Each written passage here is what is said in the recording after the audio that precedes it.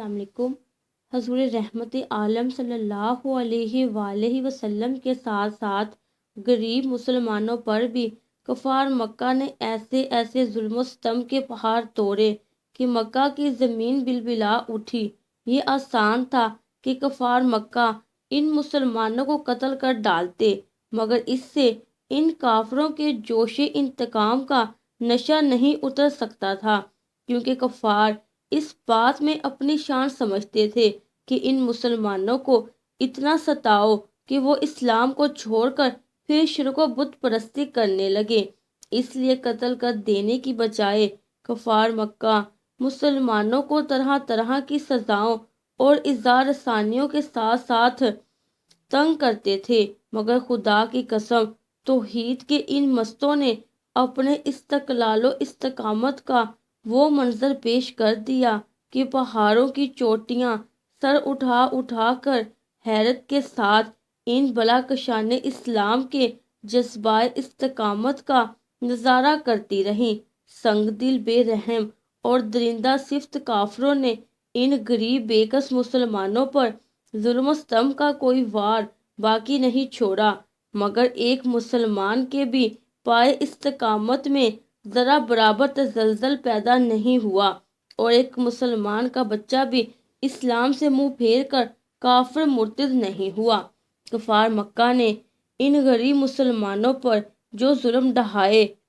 ان کی جانوں کو ایسے ایسے عذابوں میں مبتلا کیا کہ اگر ان مسلمانوں کی جگہ پہاڑ بھی ہوتا تو شاید ڈگمگانے لگتا۔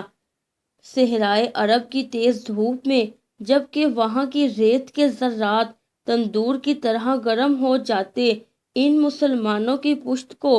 کوڑوں کی مار سے زخمی کر کے اس جلتی ہوئی ریت پر پیٹھ کے بل لٹاتے اور سینوں پر اتنا بھاری پتھر رکھ دیتے کہ وہ کروٹ نہ بدل پائیں۔ لوہے کو آگ میں گرم کر کے ان سے ان مسلمانوں کے جسموں کو داغتے، پانی میں اس قدر ڈبکیاں دیتے کہ ان کا دم گھٹنے لگتا۔ چٹائیوں میں ان مسلمانوں کو لپیٹ کر ان کی ناکوں میں دھواں دیتے، جس سے سانس لینا مشکل ہو جاتا اور وہ کرب بے چینی سے بے ہوش ہو جاتے۔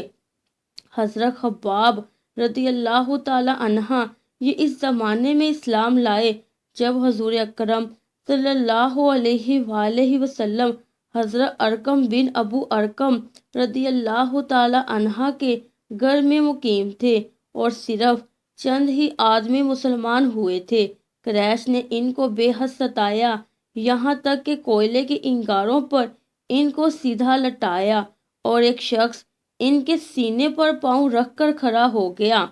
یہاں تک کہ ان کی پیٹھ کی چربی اور رطوبت سے کوئلے بجھ گئے۔ برسوں کے بعد جب حضرت خباب رضی اللہ تعالی عنہ نے یہ واقعہ حضرت امیر المؤمنین عمر رضی اللہ تعالی عنہ کے سامنے بیان کیا تو اپنی پیٹھ کھول کر دکھائی، پوری پیٹھ پر سفید سفید داغ دھبے پڑے ہوئے تھے۔ اس عبرت ناک منظر کو دیکھ کر حضرت عمر رضی اللہ تعالی عنہ کا دل بھر آیا اور وہ رو پڑے۔